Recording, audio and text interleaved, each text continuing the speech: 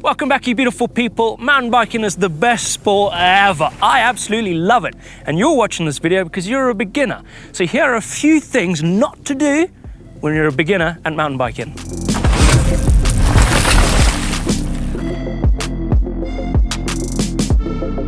But this one's super important, right? And it's protection when riding your mountain bike. Now, when you're out here in the mountains where the terrain is super rocky and stuff, you don't want to be like this guy. Myself, I rocked up this morning. I was wearing tracky bottoms, sandals, and a t-shirt. Now, there's nothing wrong with that if you're going to the shops and stuff, but when you're riding mountain bike trails, you want to be highly protected out there. You don't want to be hurting yourself. Now, I'm going to start off with the shoes. Right, you can wear trainers. I would not recommend wearing sandals, but you can wear normal sport trainers where it's going to give you a little bit of grip. And it's going to keep your feet enclosed just in case you hit a rock.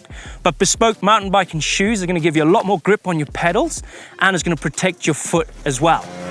Now, knee pads, when it comes to rough terrain, I highly recommend you wear some knee pads just to protect those knees, just in case you fall off. Now, if you're out in the big alpine mountains, then you want to wear a little bit more protection, like back protection, elbow pads, chest, and full body armor if you're feeling very intimidated. Now, when it comes to the helmet situation, open face helmet, just like my one right here, this is fine. But when you get a bit tired and the terrain is a little bit sketchy, then I highly recommend you wear a full face just in case something will ever go wrong. We don't want to smash up your beautiful face now, do we? But that's protection. Next on the list is this. This next one, right, when you're a beginner, you don't just want to go and ride the hardest trails out there, thinking, like we've suggested, you're watching all that social, you think it's a piece of cake. It's not. Oh.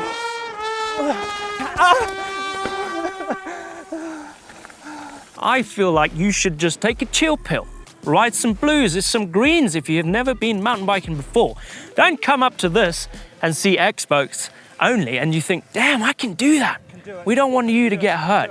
Take a little chill pill and go ride something that's a little bit within your comfort zone, but maybe a little bit out of it, because it's always good to venture out of that comfort zone because your progression happens here, not over there, because that's where it's going to tell you you don't want to ride mountain bikes ever again because you're going to ride down the horriblest stuff.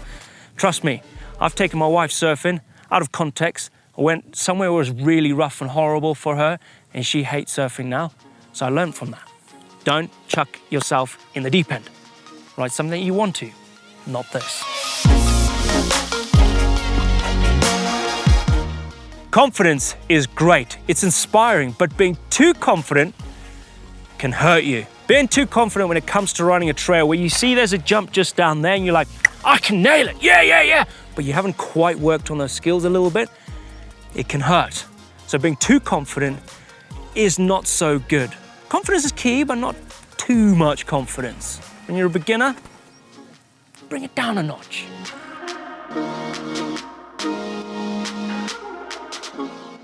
When you're a beginner, you tend to sit down a lot on the trail. Sit down on your bike. Now, it's not a Sunday stroll, and you're not really going to the shops either. You're riding some mountain bike trails with berms like this, banked turns, rough terrain. You don't want to be sitting down, because when you sit down, you got all your energy sat down on that bike and you feel like you're going to get bucked and pushed over the bars. You want to stand up. Now, if you've got a dropper post, drop it. But if you don't know what a dropper is, just lower that saddle a little bit just to get away from your butt, because when that saddle hits you in the bum, it's going to send you over the bars. You're going to have that horrible feeling where your weight is transferred over the front. It's very discomforting. I don't like it. Stand up, level pedals, attack position, and get ready for what's coming up on the trail.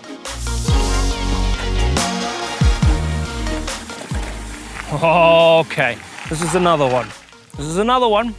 And that is pedal down. Now, I've seen this a number of times with beginners, is when you're riding the bike and your pedals are down. So it's like 12 o'clock, 6 o'clock. You don't want to be 12 o'clock, 6 o'clock. You want to be 9 o'clock, 3 o'clock.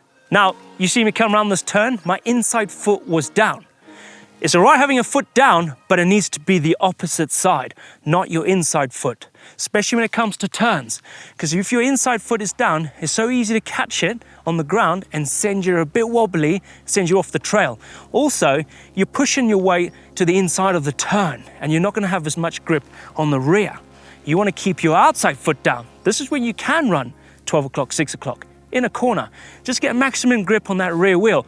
But that's a video in itself. And I'll put a link in the description on how to corner. Now this is typically the worst bit, is when you're running 12 o'clock, 6 o'clock, so foot down when it gets rough. That means that foot of yours is so close to the ground where all those rocks and boulders and stumps can catch a pedal and stop you and jar you and potentially throw you off the trail or throw you off your bike. Now you don't want that. You want 9 o'clock, 3 o'clock. Most mountain biking rides, when you go out there, you're gonna do some climbing. So some beginners, or most beginners, don't really like to climb because there's so much effort. Now, when you're climbing and changing gears on load, your bike's gonna sound like it sounds like it's crying. Oh, it's just disgusting. When you wanna change under load, just lighten off the gears, lighten off the power a little bit, then click the gears and then let it shift gently, because under load can potentially snap your chain. And when you're far away, like I am, up here, snapping a chain is no option. It's a long way down and a long way to climb if you've got no chain. On your cassette, on your mountain bike, when you're changing gears, there's loads of little bits on here that help ramp the chain up to the next gear or downshift or upshift. Now, if you change where there isn't one, it's gonna just force it back up onto the gear that you've selected, causing the chain to jump and make the horrible noise, which could potentially, like I said, snap your chain, which you don't want. Also, it's gonna shorten the life of your chain as well, and you're gonna damage your cassette, and you don't want that. Just line off that load, let it click, change nicely, then continue. But if you're going up a steeper climb, make sure you're in the right gear before ascending that climb. That means you can get up it without changing the gears. Crack! It's like a monkey on a machine gun. You don't want that. Nah, your bike's crying at that point. Right, this next one, I've seen a lot of people do it, and that is pedaling everywhere they go. You don't really need to pedal. Flow. Coast. Use the terrain.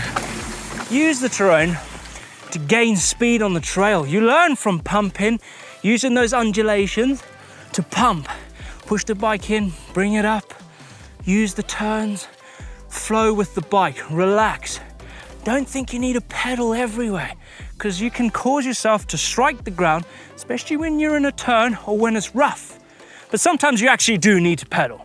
When there's a hill in the trail, where you go up a little bit, you need to keep it going.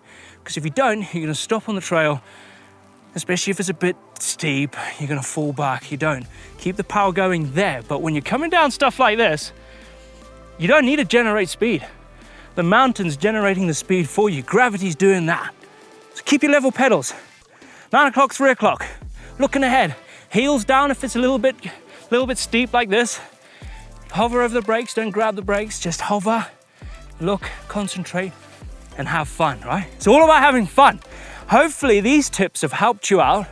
Conquer these mistakes, and if you're still struggling with a few beginner mistakes, we've done a plethora on how-tos and other mistakes that other beginners have. And also the community down in the comments do help us out as well. So have a read, have a comment, and I'll get back to those as well. Like I said, hopefully this has helped you out, and I'll see you at the next one. See ya. We haven't even got to the bottom. We've got so much trail to go. You ready, Matt? Yep. Let's go.